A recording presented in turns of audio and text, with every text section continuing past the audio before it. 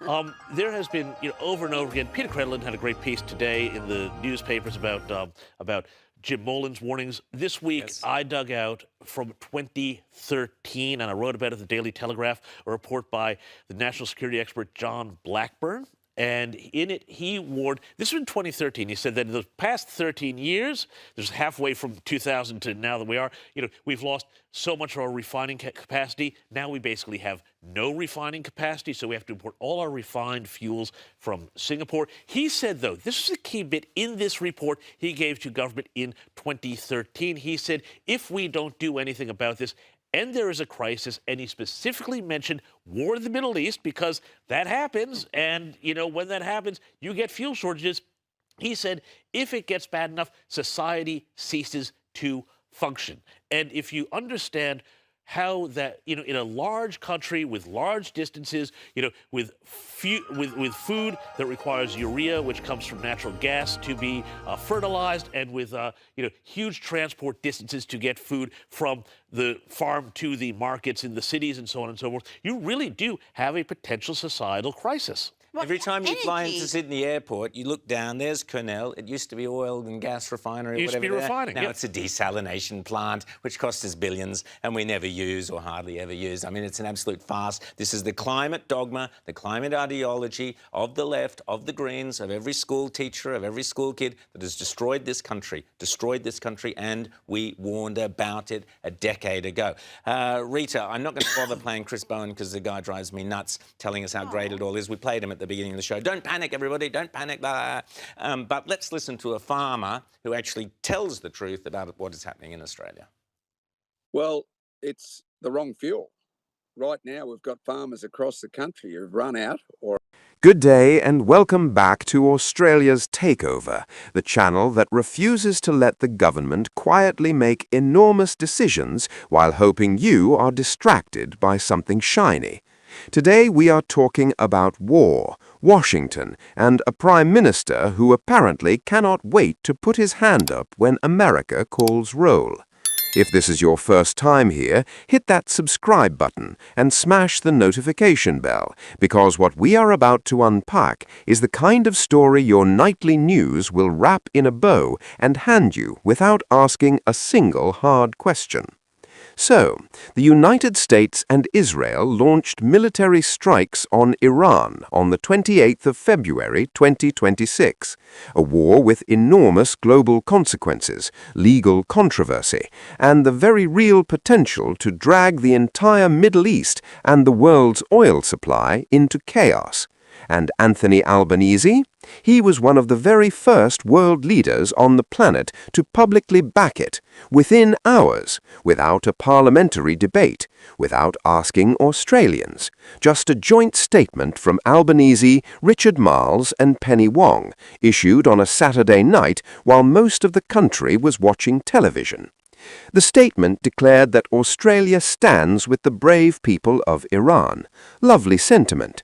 Now here is the question nobody in the press gallery seems to want to ask. Did anyone ask the brave people of Australia first? Now, to be clear, Iran is not a good actor. Nobody reasonable is arguing otherwise. The regime directed attacks on Australian soil in 2024, targeting the Jewish community. Australia expelled their ambassador. Australia listed the IRGC as a state sponsor of terrorism. There were real, legitimate grievances on the table. But here's where it gets complicated, and where Albanese's rush to the microphone starts to look less like principled leadership and more like a reflex. When a reporter asked the Prime Minister point-blank whether the US-Israeli strikes were actually legal under international law, Albanese refused to answer. His exact words were that those judgments are for the United States and those involved directly in the attack. Let that sink in. Australia's Prime Minister publicly backs a war but will not say whether it is legal. He supports the action but will not own the legal question. That is not a foreign policy position. That is a get-out-of-jail-free card dressed up as diplomacy.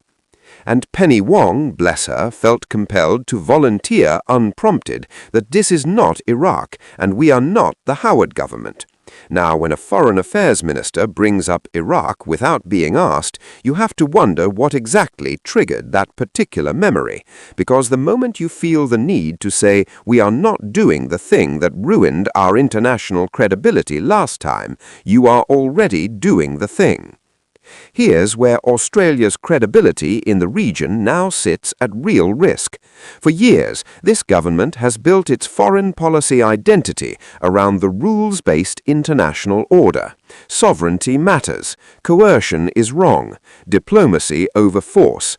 These are the phrases Penny Wong has said so many times they could be printed on a tote bag. And our neighbours in Southeast Asia have been listening. Indonesia, Malaysia, Vietnam, countries that Australia has spent enormous diplomatic energy reassuring that Canberra's alliance commitments are not a blank cheque for military adventurism. And now they are watching Australia sprint to endorse a war of choice within hours of the first bomb dropping. To top it all off, on the 10th of March, the Albanese government announced it was deploying 85 military personnel, a Boeing E-7 Wedgetail aircraft, and stocks of air-to-air missiles to the United Arab Emirates. This is after repeatedly telling the Australian public that we would not be militarily involved. Apparently, not involved now includes sending aircraft and missiles.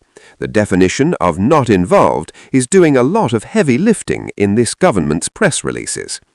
The question Australia's takeover keeps coming back to is a simple one. At what point does the alliance stop being a partnership and start being an instruction? Because right now it looks less like Albanese weighed up Australia's national interest, consulted the Parliament, examined the legal framework and made a considered sovereign decision, and more like Washington picked up the phone and Canberra answered before the second ring. Australia is a proud, independent nation with its own values, its own interests, and its own place in this region. We deserve a Prime Minister who treats our foreign policy like it belongs to us, not one who speed runs to a joint statement on a Saturday night because the most powerful man in the world clicked his fingers. Thanks so much for watching. Australia's Takeover appreciates every one of you.